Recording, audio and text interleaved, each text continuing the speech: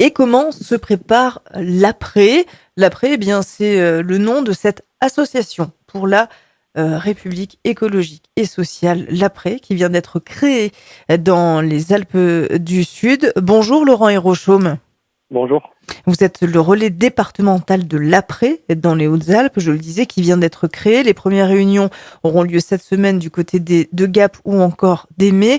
Hem, qu'on soit très clair, on parle de politique. Est-ce qu'on parle de parti politique? Alors pour l'instant, c'est pas un parti, on n'en est pas loin, pour être très honnête. En tout cas d'un mouvement politique qui est la conséquence de plusieurs choses. Déjà d'une forte implication de nombreux militants dans le nouveau Front populaire, de gens qui ont envie de l'unité sur un programme écologique et social, et puis de tensions qu'il y a eu à l'intérieur de la France insoumise au moment des élections législatives. Bon, moi, j'ai jamais appartenu à la France insoumise, donc je j'ai pas d'avis sur ce qui s'est passé, mais Mmh. l'après est né avec cette volonté à la fois unitaire et radicale, avec notamment des personnalités comme Clémentine Autain, Alexis Corbière, Ouais. voilà, que beaucoup de gens connaissent. Oui, mais vous avez fait partie de Ensemble, le mouvement Oui. Ensemble alternatif de gauche écologiste et solidaire. Ça reprend les mêmes points?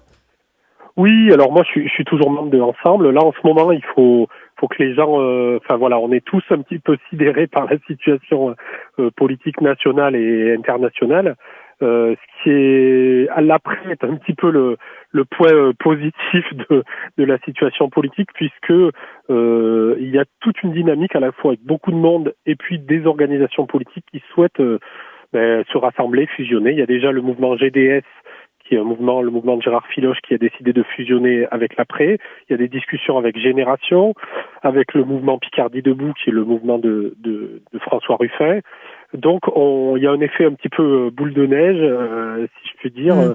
avec beaucoup de militants qui se disent, voilà, bien sûr, on est tous différents, mais dans la situation actuelle, vu la gravité de la situation, il faut qu'on se rassemble, il faut qu'on se réunisse de manière la plus démocratique possible, avec notre diversité, mais pour pouvoir faire face à tout ce qui nous arrive. Dans cette ligne du nouveau Front populaire qui a vu le jour pour législatives, les législatives, qui ont lieu l'an dernier, le nouveau Front populaire, il est mort aujourd'hui. Certains voudraient qu'il soit mort, en tout cas, c'est sûr. C'est Nous, qui on pense qu'il certains? n'est Le pas Parti mort. socialiste? Il y a d'ailleurs une réunion nationale des collectifs locaux du nouveau Front populaire qui se réunira à Paris le 22 mars. Il y a des collectifs partout en France. Les militants de l'après sont très impliqués dans ces collectifs citoyens qui réunissent à la fois des représentants d'organisations, mais aussi des gens qui n'appartiennent à aucun mouvement politique. Pourquoi le nouveau Front populaire n'est pas mort? Parce que la France Parce insoumise n'est que pas morte? la France insoumise, je ne sais pas. En tout cas, ce qui est sûr, c'est que personne ne peut décider qui est dedans ou qui est dehors, en dehors du nouveau Front populaire. Ce qu'on sait, c'est qu'il y a des stratégies électorales pour l'élection présidentielle qui commencent déjà à apparaître. On voit très bien que M. François Hollande voudrait revenir, que M. Mélenchon est déjà candidat pour être candidat à la présidentielle. Ces dynamiques-là, qui sont des dynamiques et des stratégies politiques aussi et électorales, font du mal à l'unité. Mais on voit très bien que dans toutes les organisations, évidemment chez les Verts, au Parti communiste, mais aussi au Parti socialiste et à la France insoumise, la plupart des militants sont des partisans de l'unité sur un programme politique clair, mais dire que le nouveau Front populaire est mort, pour l'instant, ce qui se passe à l'Assemblée nationale, par exemple, Oui. prouve tout à fait le contraire, puisque, par exemple, sur la journée dédiée au groupe écologiste et social, dans lequel sont les députés de l'après et de Génération, il y a eu 2 propositions de loi qui sont passées grâce à la mobilisation de tous les députés du nouveau Front populaire, qui ont fait passer l'interdiction des PFAS et un impôt de 2% sur les revenus des très très riches. Donc ces 2 propositions de loi, elles sont passées grâce à l'unité du nouveau Front populaire.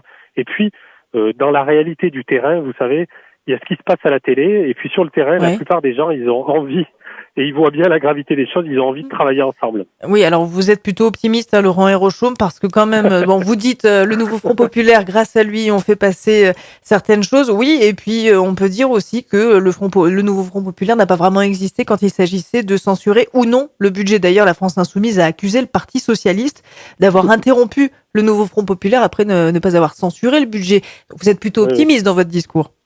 Oui, optimiste et volontariste surtout, c'est-à-dire que mais pas très réaliste. Qu'est-ce qu'on a comme proposition politique? Bien sûr que le Parti socialiste aurait dû censurer le gouvernement, il a quasiment rien obtenu des négociations qui ont été lancées. C'est pas grave de vouloir parfois négocier, mais on peut pas laisser du pouvoir à ce gouvernement qui non seulement applique une politique ultralibérale, mais en plus et austéritaire, mais en plus à des phrases et des positions politiques, que ce soit Monsieur Darmanin ou Monsieur Retailleau, qui flirtent vraiment très fortement avec l'extrême droite. Donc évidemment, il fallait censurer, mais c'est pas de l'optimisme. C'est-à-dire que moi, très clairement, si le choix qu'on nous propose dans les mois qui viennent, c'est un combat de chefs et de coqs autour de François Hollande et de Jean-Luc Mélenchon, je crois que la gravité de la situation nous amène à des questions bien plus importantes.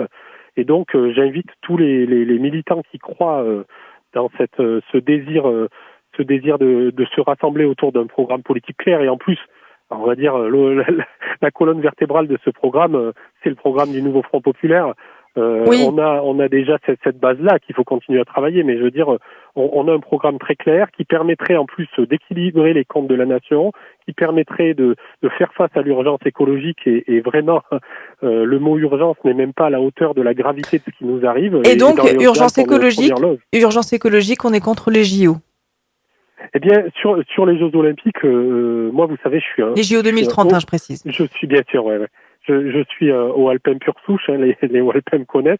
Je pratique le ski et j'aime mon département.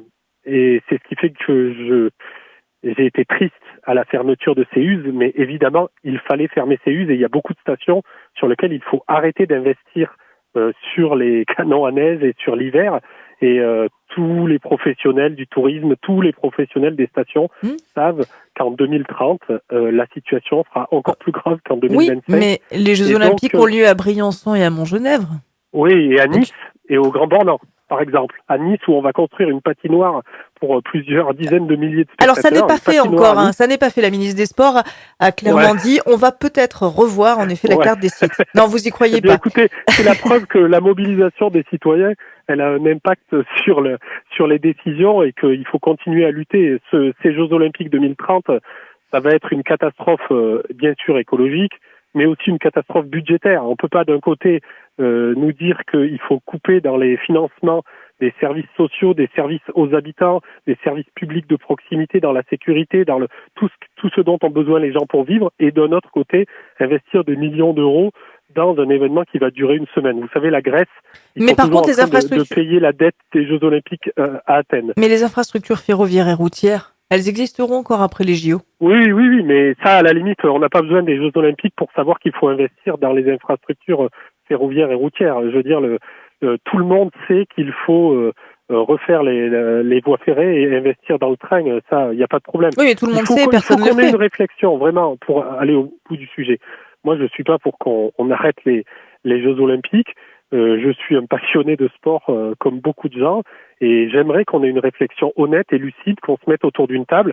Mais on aura le même sujet sur les compétitions cyclistes. Vous savez, moi, je suis fan de vélo.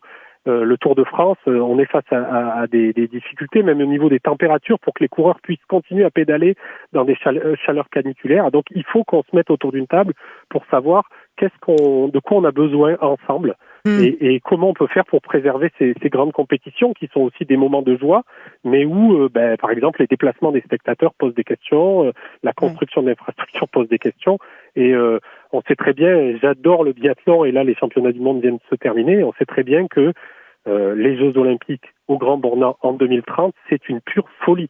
C'est une pure folie. Vous savez, le site de Bayard est quasiment fermé. De Gap Bayard est quasiment fermé. il est à peu près à la même altitude que le Grand Bornand, ou un peu plus, je sais pas exactement, mais je crois que c'est 980 mètres le Grand Bornand. Donc on voit bien que faire des compétitions à ces altitudes-là, c'est pas possible. Peut-être il faudra inventer des sites réguliers où les compétitions aient lieu toujours au même endroit, à des altitudes qui soient plus raisonnables. Laurent Hérochaume, on a bien compris en effet que l'après, c'était aussi l'après Macron, mais c'est aussi un après dans les Alpes du Sud, un après pour les municipales. Vous allez vous positionner pour 2026 ? Oui, évidemment. Alors l'après, ça sera le début. Là, la première réunion aura lieu mardi, demain. Donc ça sera à décider tous ensemble, évidemment.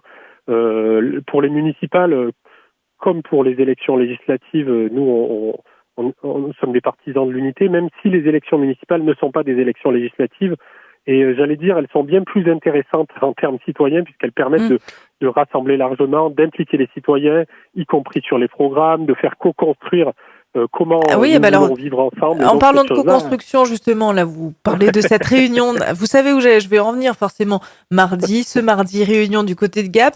Il y a deux groupes à gauche qui veulent aujourd'hui faire participer le citoyen. Je vous entends sourire. Ambition pour Gap, Union pour Gap. Alors, du coup, l'après va où?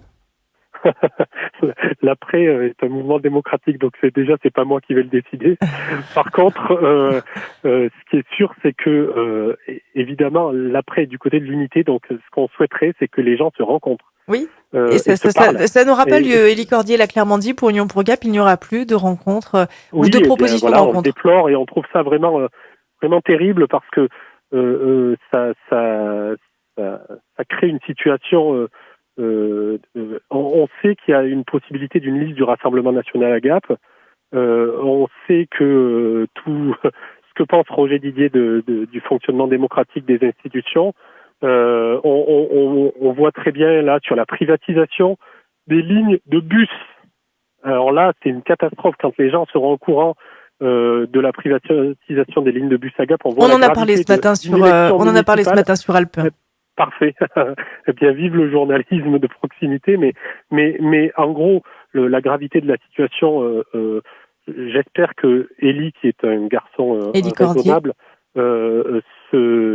sera capable d'ouvrir sa porte et de réouvrir le dialogue parce que les Gapençais en ont besoin. C'est pas et je pense en plus qu'il y a des démarches qui sont complémentaires, c'est-à-dire que je pense que parfois, on oppose des choses qui ne s'opposent pas. Évidemment, Ambition pour Gap a une forte volonté de démocratie participative et d'horizontalité. Et Élie Cordier plaide plutôt une campagne de terrain et de porte-à-porte. Pour moi, ça ne s'oppose pas. Il faut prendre le temps d'aller rencontrer tous les Gapençais, mais aussi les impliquer dans les élections. Ils auraient vraiment tout intérêt à se rassembler. Voilà. Après, on verra, les choses vont avancer petit à petit. C'est pas fini. Je pense que l'histoire n'est pas terminée. C'est pas fini. L'après Alpes du Sud, l'Association pour la République écologique et sociale, cette réunion qui a lieu donc ce mardi 18h30 à Gap, salle de la Mutualité, vendredi 28 février à 18h30, salle du Conseil municipal d'Aimé. Merci beaucoup Laurent Hérochaume d'avoir été avec nous sur Alpes 1.